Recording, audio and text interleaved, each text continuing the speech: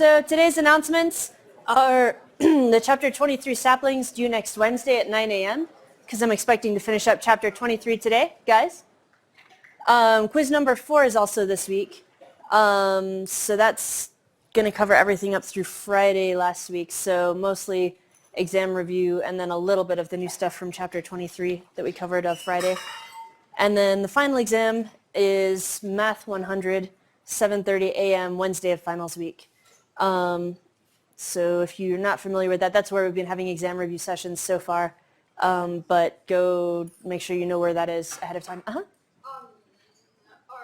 exam regrades due today? Yes, exam regrades are due noon today. Thanks.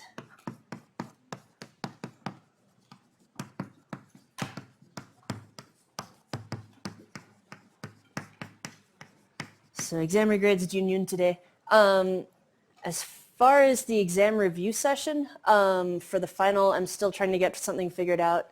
Rooms are pretty limited on Sunday, and it's looking like we may have to go a bit earlier in the day, like 10:30, just to get a room with lecture capture available, but we're still kind of going back and forth on figuring something out, so I'll let you guys know. Okay, questions about that? Yeah? Is the final more focused on the step after exam 3, or is it? Good question. So, you know, the midterms are normally 100 points and the final's 200. So think of the final as being like a 100-point midterm on like the new stuff, chapters 23, 24, mashed up with about 100-point cumulative like review of the other 3 exams. It may not be like exactly 100 and 100, but that's kind of the balance that I'm going for there. So about half new, half old. So, So won't be the length of 2 exams? No, because we only get 2.5 hours as opposed to 2. So it's definitely like more points for the same amount of work, kind of, if that makes sense. Yeah. So that's sort of good, sort of bad. There's more writing on it, I guess. But I mean, there is anyway, because as a reminder, we have that final exam grade replacement policy. So if you do better on that, then I'll replace your entire course grade with it. Okay. Questions about that? Okay, cool. All right, so wrapping up chapter 23 today, we are going to get into a couple new reactions with amines. So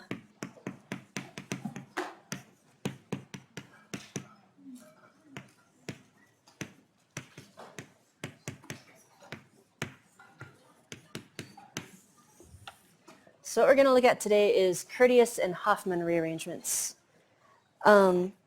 So these are kind of their own weird subset of reactions that actually involve something vaguely similar to a carbocation rearrangement, but it ends up creating a new carbon-nitrogen bond. So what we're going to do first off is so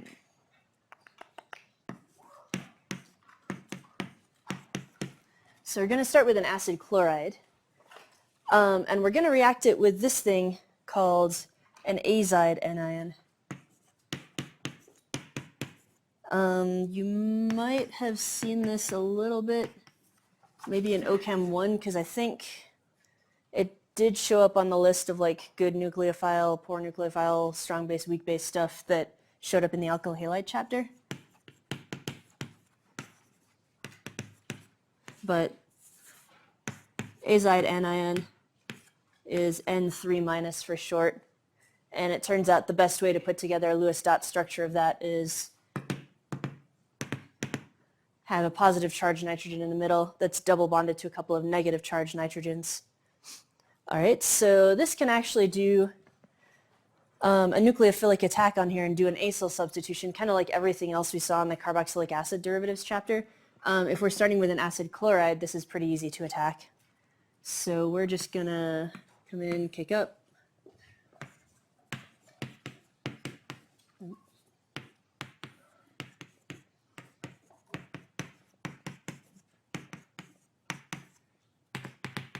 And then kick down, get rid of the chlorine.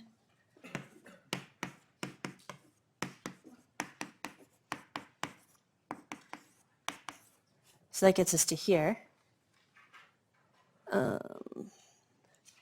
And you can actually show a resonance form for this, where you do this.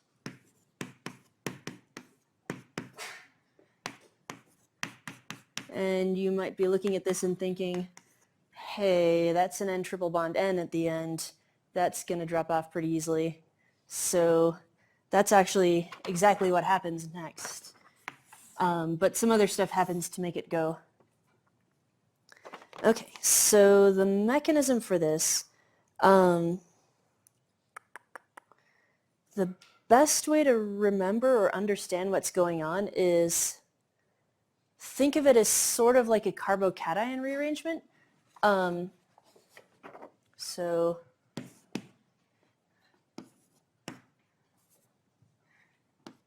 think of it as like an R group does an alkyl shift.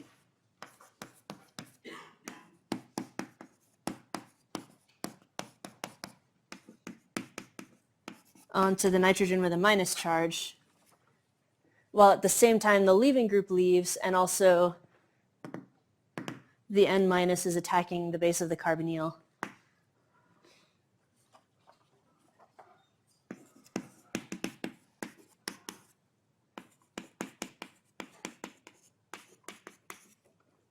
Okay, so what's going to happen for the arrow pushing there is,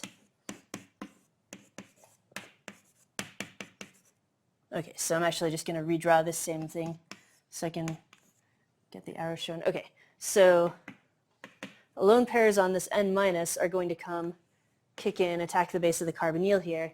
This carbonyl is now trying to hold 5 bonds, so it's got to kick something out. That's why this alkyl group shifts.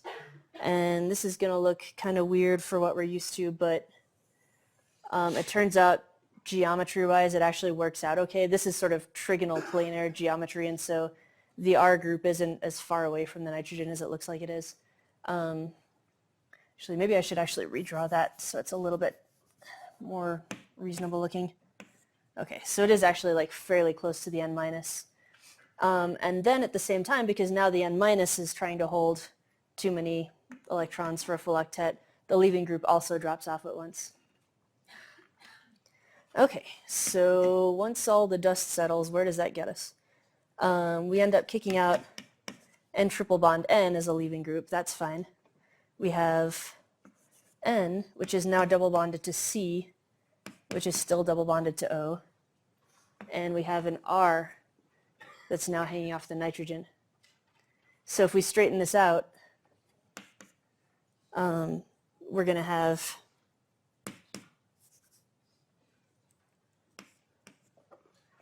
R and then N, double bond C, double bond O.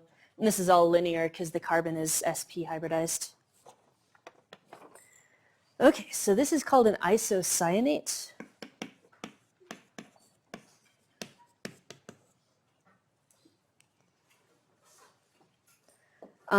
And what we're doing here during this rearrangement is specifically the Courteous rearrangement.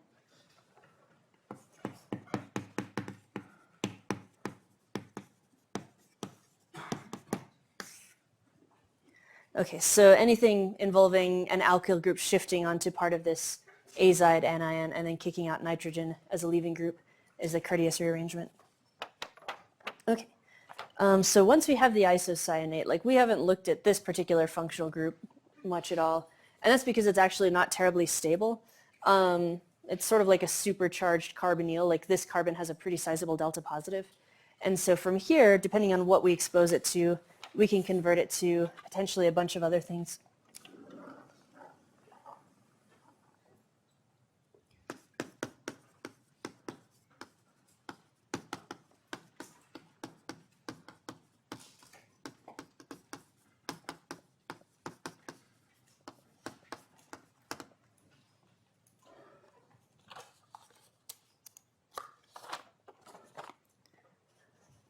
So if we do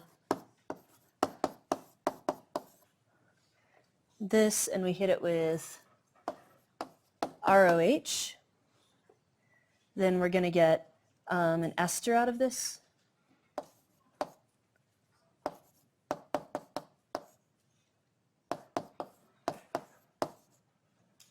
I guess I should call it R prime just to differentiate that from the original R group. All right, so this is sort of an ester and an amide at the same time. It's got one on either side of the carbonyl. This is called a carbamate ester.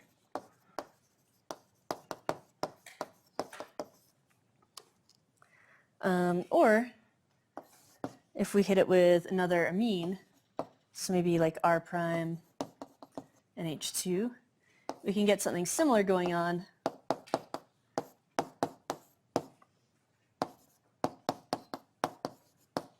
But now it's sort of like a double amide. If you replace both the R groups with hydrogens, you actually get a compound called urea, which shows up a bunch in biochemistry. So this is actually a urea derivative.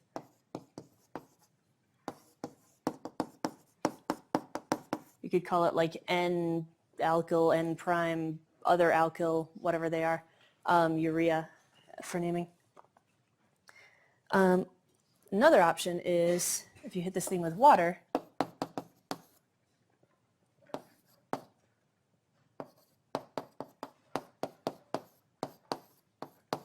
you're going to get a carboxylic acid on this end, and as a whole group, this piece is called a carbamic acid.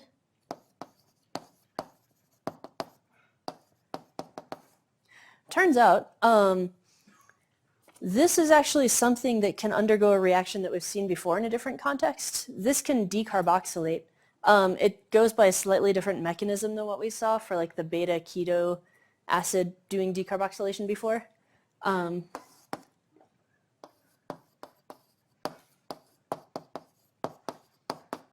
But it's the same overall effect. You can actually drop off a unit of CO2 here and just have the H end up where that unit used to be.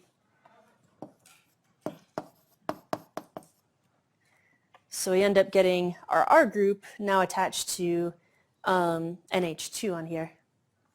So this is actually, I guess, something you could tack onto the list of ways to stick R groups onto amines specifically, because this will actually do the same thing so long as all you're trying to do is make like a primary amine.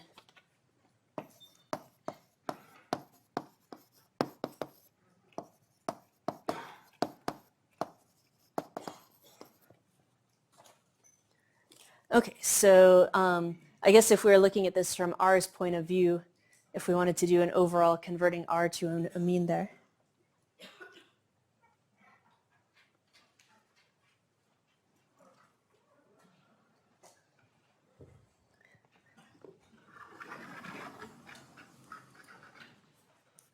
We could write it as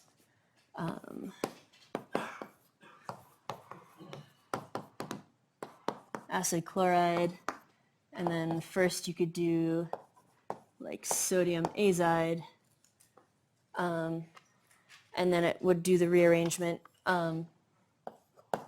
If you want, you can use heat to make it do that.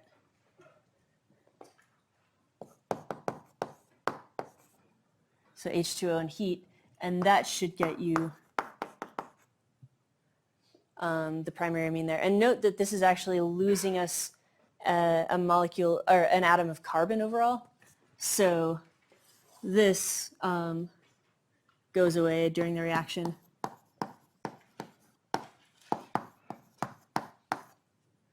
So whatever R is, like it's losing the carboxylic acid part it used to be attached to. Okay. So questions about that? Uh-huh. Worry about the NaN3 being, or the N3 or Azide being basic instead of nucleophilic? It's a pretty weak base. I think its pK is like in the single digits or so. So yeah, don't worry about it. Mm-hmm. Yeah. Okay. Other questions about this? Okay, cool. Alrighty, so Hoffman rearrangements are almost the same thing. And note that these were discovered by the same guy that did Hoffman eliminations. He worked a bunch with nitrogen. So Hoffman rearrangements.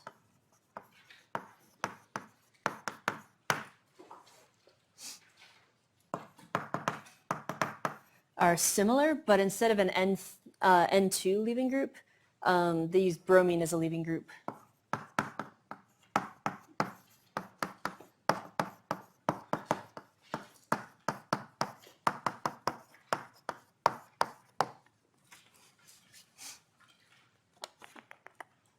Okay, so we can set those up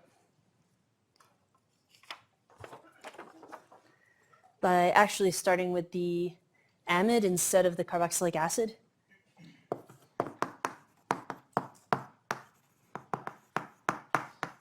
Or instead of the acid chloride.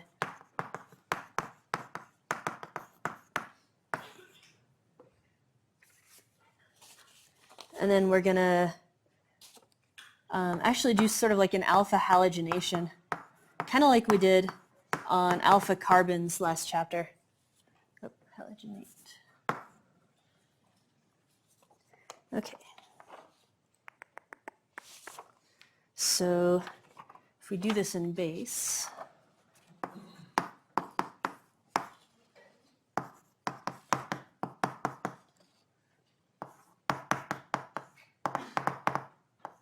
take that off, and if you want, you can show either resonance form for what you're about to make. You can either show the minus charge on nitrogen, or you could do sort of like we did for the enolate.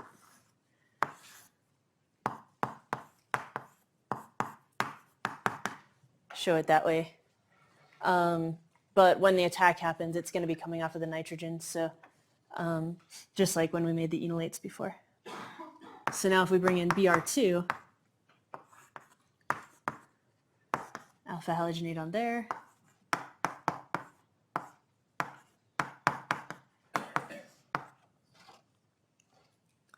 Okay, so we've got a leaving group on the nitrogen. We don't yet have a minus charge that's equivalent to what we had over there in the Courteous rearrangement, but we can make sort of the enolate-like thing one more time, pull off another H here.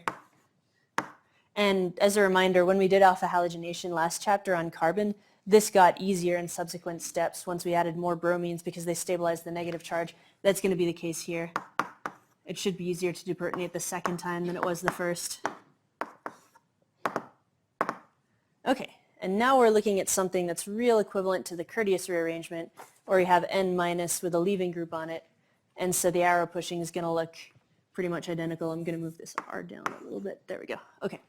So again, N- attacks the base of the carbonyl, which boots out the R group and forces it to hop over, and then the leaving group leaves at the same time. So you end up with exactly the same isocyanate. We just kicked out Br instead of N2. Okay. So in terms of, I guess, overall reaction for this one,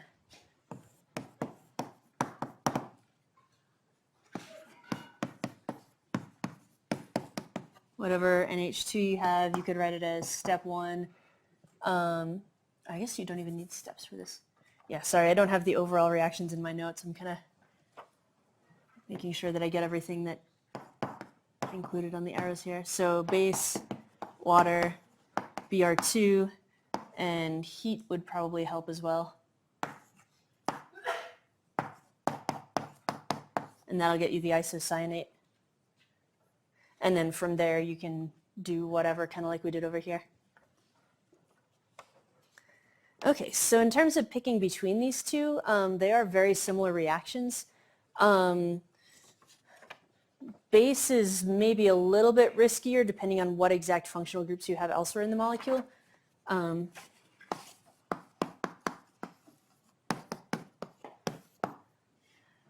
So Courteous has slightly lower risks of anything else on your molecule getting messed up.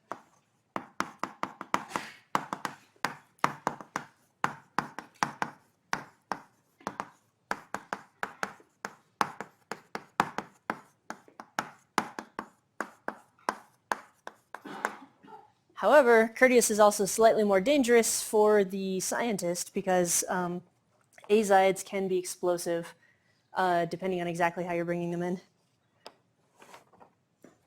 which is not too surprising. As a general rule of thumb, the more nitrogens there are in something, the more you should think very carefully about interacting or being in the same room with it.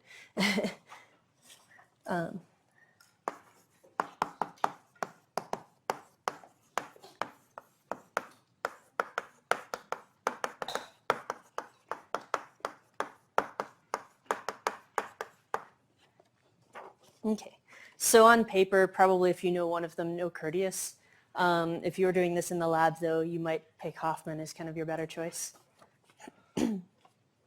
Okay, questions about either of those two? Okay, cool. So that's actually it for all the reactions in this chapter. It's not that long a chapter. So I was going to spend the rest of the time today just going through a fairly long synthesis example that I have in the notes. And then we may even wrap up early depending on how long this takes. Okay.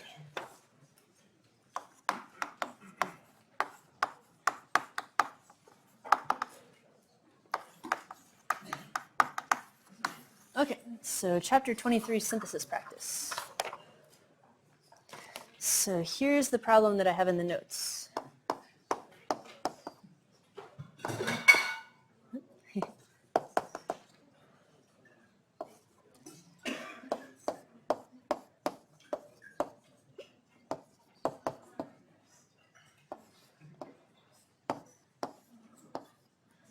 Okay, so we're starting with aniline, and we're looking at adding this big group onto the far side of aniline. So at some point, we're going to have to stick something directly onto an aromatic ring. So this should look like some kind of EAS is going to have to happen. The problem is that with the nitrogen on here, we're going to run into some EAS-related issues if we just try going straight into it, because we know that that nitrogen is going to probably be a little too enthusiastic about this and add too many times. So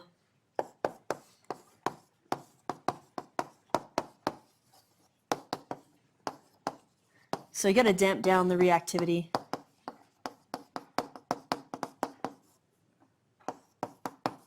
Of the NH2 group. And the way we do that is kind of the way that we covered before. We're going to temporarily turn it into an amide, then do the chemistry, and then turn it back. So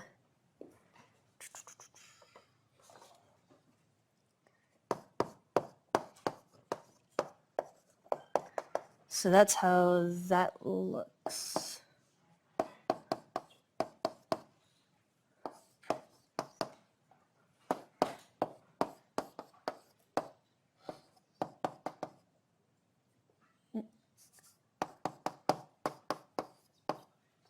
Okay, so we convert the NH2 into an amide. Then we can do EAS with whatever. I'm just going to leave it vague as electrophile because we still need to figure out the best way to do that. And then we can hydrolyze the amide off at the end.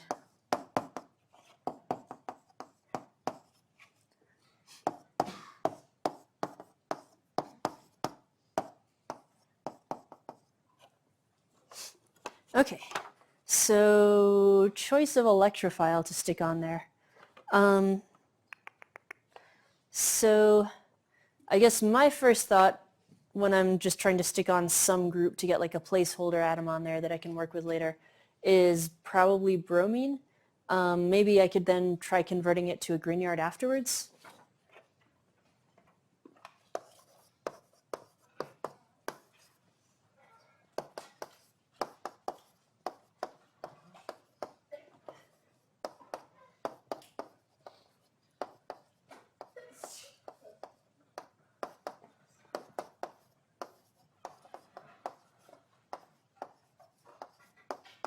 Okay, so let's see if that would work.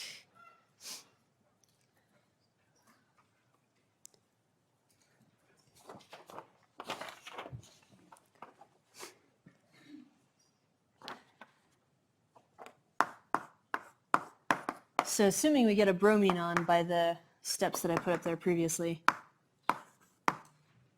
use bromine as our electrophile or something that will attach a bromine.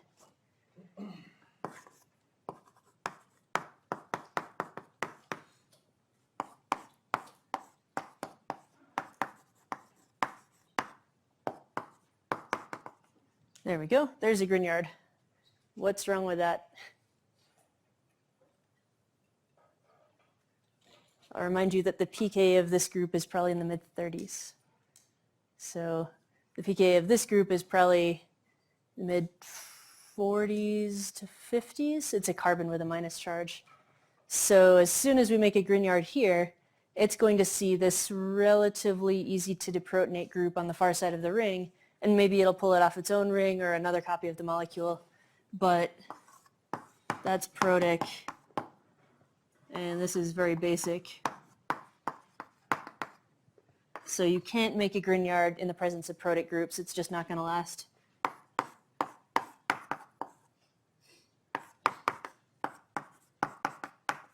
You're just going to end up with N minus there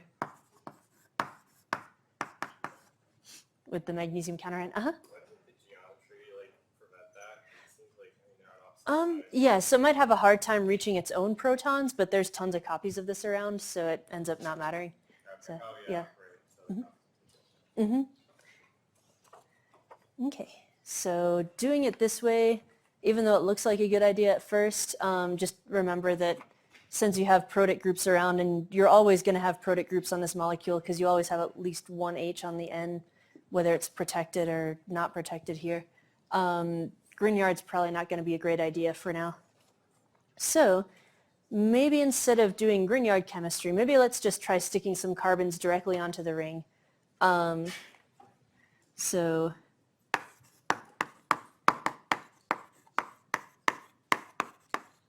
bromine's not a good choice.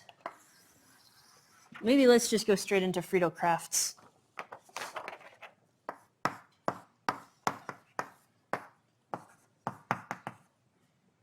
So maybe as our electrophile, we can use something that looks kind of like part of this molecule. So we've got two carbons of this chunk that directly attach to the ring, and then there's some connection to the nitrogen. We don't know how to bring in the nitrogen, but we can bring in sort of these two carbons initially. Could do that through acylation or alkylation. Do I go through? Okay, I guess I go straight into acylation. Maybe if we have time afterwards, I'll work through alkylation and how you could get that to work as well, if that was what occurred to you first. But let's try adding on the two carbons of sort of the bit that attaches immediately to the ring and see if we can get that to work. So let's use this as our group here.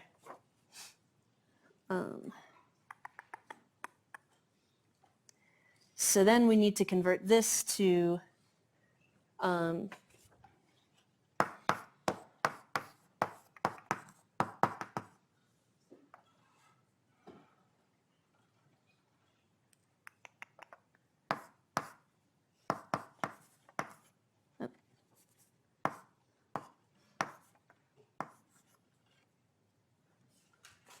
just to sort of redraw the final product a little bit differently. We're looking to go from a double bond O to a single bond N. So what kind of reduction have we covered that would let us do that, convert a carbonyl to a single bond amine? Yep, yeah, reductive emanation. I think that's what you said, right? Yeah. Okay. Okay. Sort of. It's similar chemistry as it turns out, yeah. So this looks like reductive emanation. And you can sort of tell because you're reducing this from the 2 bonds to O, or 2 bonds to electronegative atoms down to 1 bond to electronegative atoms. So it's a reduction, and it's also making an amine, so it's a reductive emanation. All right, so to make that happen, you need the amine here that corresponds to what you're adding. So pretty much diethylamine. And then you need sodium cyanoborohydride. and methanol and a little bit of acid.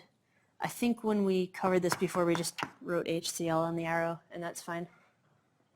All right, so those four things together should get you to here, but there is actually a problem, and that is when we have one of the nitrogens react with a carbonyl, what's to help distinguish between it reacting with this nitrogen versus this nitrogen?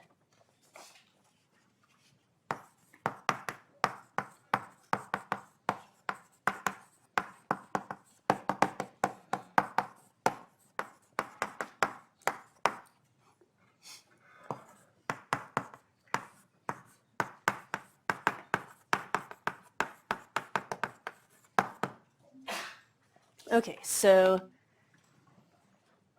basically you might have like another molecule's NH2 come in, get reacted on here, and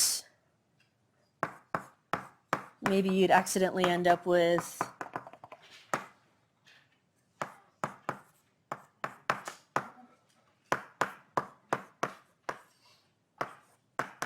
this instead, where two of them stick together accidentally, because this is probably going to be pretty similar reactivity to diethylamine. Okay, so workaround for that is make sure this nitrogen has got its hands full and can't actually do reductive emanation. So in other words, we know that we can sort of tie up this nitrogen of the ring while we're doing electrophilic aromatic substitution. Maybe we shouldn't hydrolyze it off just yet. Maybe we should leave that nitrogen protected for the time being, do whatever else we got to do with reductive emanation, and then worry about hydrolyzing it off.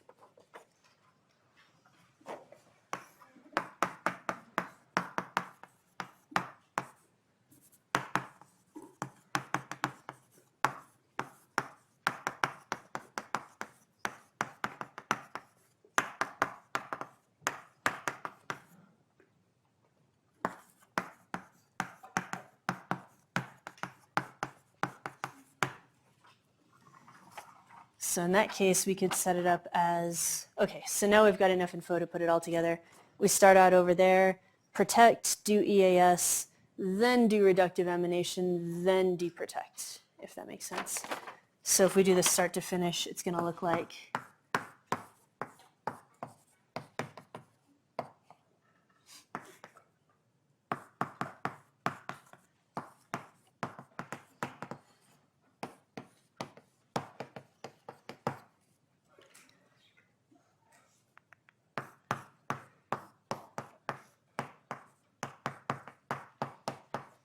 so protect, then we can do the electrophilic aromatic substitution reaction.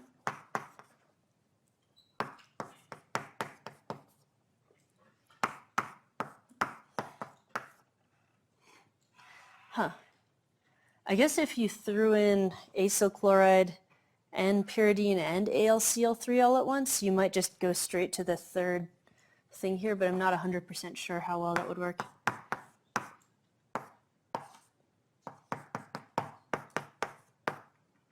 Okay, so we've got our group on the ring. Now while the nitrogen is still protected, it's our chance to get this reductive emanation going. So let's do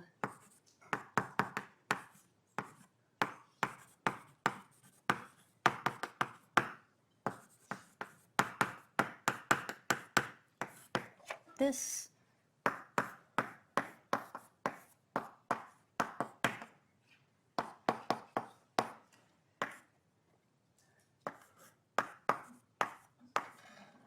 And now it should be safe to hydrolyze it.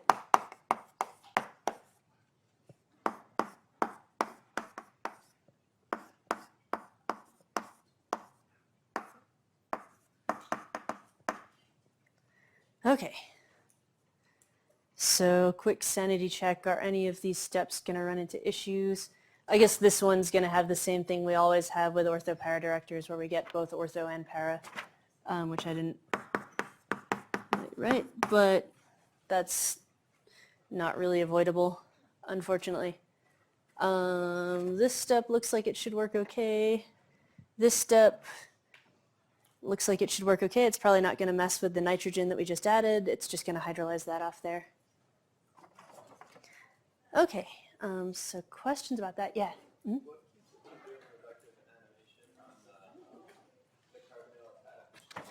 Hmm? This one here. So because we're using sodium cyanoborohydride, it's like a damped down version of NaBH4. And it turns out people specifically chose that one because it's even weaker reducing agent. And so it's not actually strong enough to go after carbonyls. Actually, I guess even if it were sodium borohydride, like this is an amide, and so we'd have to use LAH to make it do anything anyway. So yeah, it's sort of 2 levels too weak, I guess, to go after it. So yeah. Okay, other questions about this one? Okay, cool. So just as a side note, like what if instead of acylation I had done alkylation instead? Where would that get us?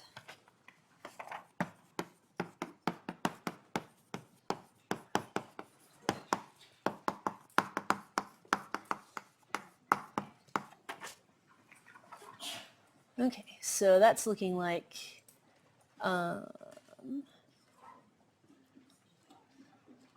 so I'm actually going to start us off from here.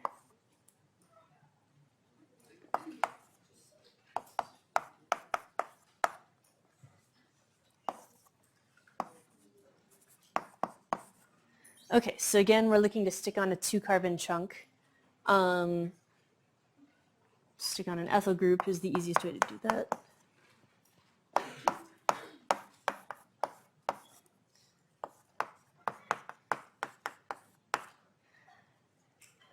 All right, NBS from here will let us get some kind of functional group going on that carbon.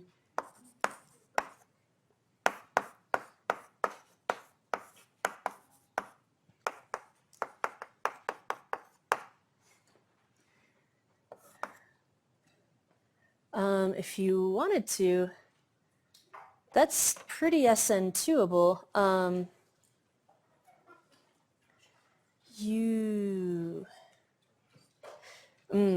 So you might be thinking like, could we do Gabriel synthesis or something like that? The problem is like Gabriel does involve SN2 on an alkyl halide, but it only lets you make primary amines, and we're going to need an N with a couple of alkyl groups on it already.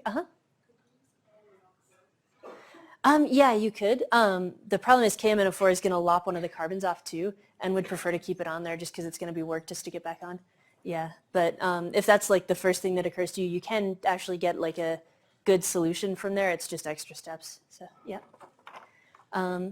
Actually, I think the easiest way to wrap this up, like I didn't plan this one out in advance, but I'm just going to get right back to the carbonyl that I had on there in the other route. So if I just turn that into an OH by SN2 and then PCC, all right, this is going to look real awkward, but there we go. Drops us right back into that same route. It just took a couple extra steps to get there. Okay. So questions about those two options? Yeah, so I guess take-home messages, there's often going to be workarounds. It's just making sure that, you know, all the steps have reasonable expectation of working and reasonable yields, or that they're, even if they're not great yields, like if they're 50-50 with something else, like that's still pretty much the best option we have to do that. Okay, so I got like 5 minutes left, but that's all I got for the notes. I think I'm going to wrap it up there, and then I'll start chapter 24 on Friday.